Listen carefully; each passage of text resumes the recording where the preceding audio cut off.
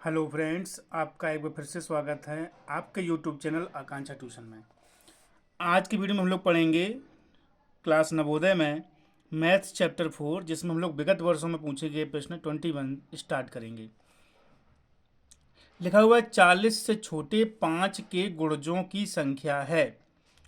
अब 40 से छोटे 5 के गुणज, गुणज मतलब पहाड़ा, 5 का पहाड़ा लिखना है जो कि 40 से कम हो। ठीक है, देखो 5 एकम 5, 5 दूनी 10, 5 तिया 15, 5 चौको 20, 5 पंचे 25, 5 छक्का 30, 5 सत्ते 35 और 5 अट्ठे 40।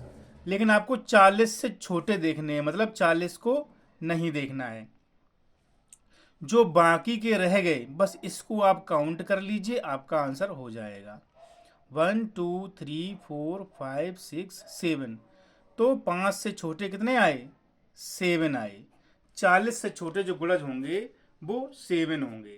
ठीक है, चलते हैं अगले क्वेश्चन पर, जिसमें हमारे पास है अब अभ्यास प्रश्नावली स्टार्ट हो रही है। विगत वर्षों के सारे क्वेश्चन हो चुके हैं। अभ्यास प्रश्नावली क्वेश्चन नंबर 1 लिखा है, एक अभाज्य संख्या के कितने गुणनखंड होते हैं? ठीक है, मैं एक अभाज्य संख्या ले लेता हूं, माना मेरे पास अभाज्य संख्या है 5 और मैं एक अभाज्य संख्या ले लेता हूं जो है 7। ठीक है, इनके हम गुणनखंड लिख के देखते हैं, दोनों का अगर एक जैसा आंसर आएगा तो हम वही आंसर टिक कर देंगे। 5 के गुणनखंड और यहाँ पर 7 के गुणनखंड। ठीक है, देखो ये 1 के पाड़े में आता है 5 बार में। ठीक है, और फिर 2 के पाड़े में आता नहीं है, 3 के पाड़े में आता नहीं है और 4 के पाड़े में आता नहीं है और 5 तो लिखा ही हुआ है, तो 2 ही गुणनखंड हुए इसके। अब मैं चेक करता हूँ 7 का। देखो 7 1 के पाड़े में 7 बार में 7 आता है। अब 1 और 7 के बीच में 2 है, 3 है, 4 है, 5 है और 6 है। इन सबकी संख्याओं में 7 नहीं आता है, तो इसके भी 2 हुए गुणनखंड और इसके भी 2 गुणनखंड हुए। एक संख्या हम और ले लेते हैं हम चेक करने के लिए। मान लीजिए हमारे पास एक है 31। अब आप लिखेंगे 31 के गुणनखंड, 31 के गुणनखंड निकालिए। देखो एक की टेबल में 31 बार में आता है। अब 1 और 31 के बीच में जो 29 संख्याएं हमारे पास हैं, 2 3 4 5 6 7 8 9 10, इस तरीके से किसी के भी पहाड़े में 31 नहीं आता होगा, सिर्फ 2 ही संख्याएं ऐसी हैं। ठीक है, तो कहने का मतलब ये पड़ रहा है कि एक अभाज्य संख्या के कितने गुणनखंड होते हैं, तो आप बताएंगे सिर्फ 2 ही गुणनखंड होते हैं। ऑप्शन नंबर 2 आपका करेक्ट हो जाएगा। ठीक है, एक अभाज्य संख्या के सिर्फ 2 ही गुणनखंड होते हैं। ये क्वेश्चन आपके एग्जाम में आ सकता है कि एक संख्या के कितने गुणनखंड होते हैं, तो आप बताएंगे सिर्फ 2 गुणनखंड होते हैं। अगला क्वेश्चन आपके पास है कि 18 और 24 में उभयनिष्ठ गुणनखंडों की संख्या क्या है। तो देखिए पहले आपको इसके उभयनिष्ठ गुणनखंड लिखने पड़ेंगे। आप लिखोगे 18 के गुणनखंड, जैसे मैं आपको ऊपर समझा रहा था वही काम यहाँ पे करेंगे, और यहाँ पर 24 के गुणनखंड। देखो 1 के पाड़े में 18 आता है 18 बार में। ठीक है, फिर आप देखोगे कि 2 के पाड़े में भी आता है, तो 2 के पाड़े में भी आता है, 2 निम 18 होता है। फिर ये 18 3 के पाड़े में भी आता है, तो 3 के पाड़े में 6 बार आता है। देखिए इस तरीके से करने से क्या होता है कि इनके बीच में जो संख्याएं हैं वो कम होती जाती हैं।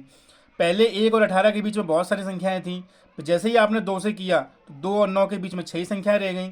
फिर आपने 3 से किया तो 3 6 18। अब इसके बीच में 4 रह गया और 5 रह गया, है ना। और 4 के पाड़े में ये आता नहीं है और 5 के पाड़े में भी नहीं आता है, तो इसके गुणनखंड तो ये कंप्लीट हो चुके हैं।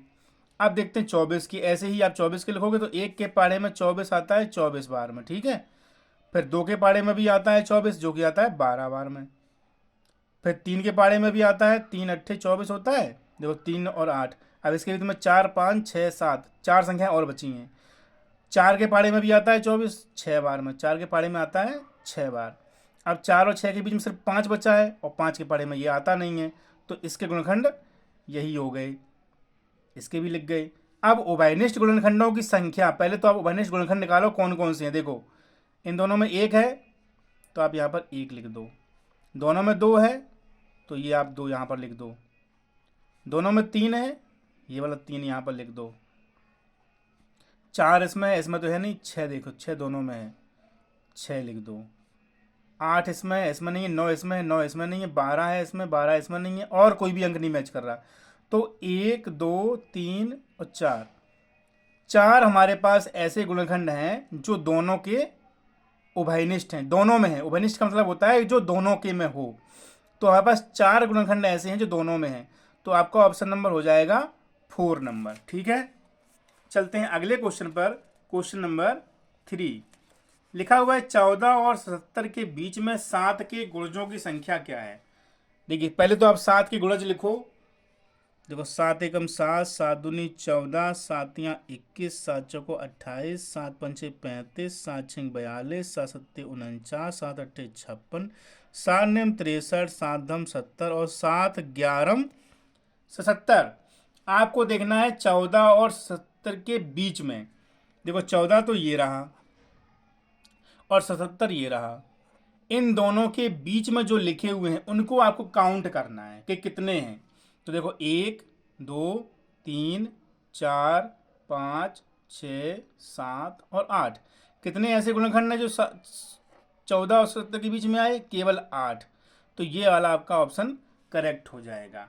ठीक है, तो ऐसे ही आप पहले गुणज का मतलब पहाड़ा लिख दो और फिर इसके और इसके बीच में देखना था तो गिन लिए हमने, आंसर आ गया आपका 8। ठीक है, तो आज की वीडियो में सिर्फ इतना ही। मिलते हैं अगले वीडियो में, तब तक के लिए थैंक यू।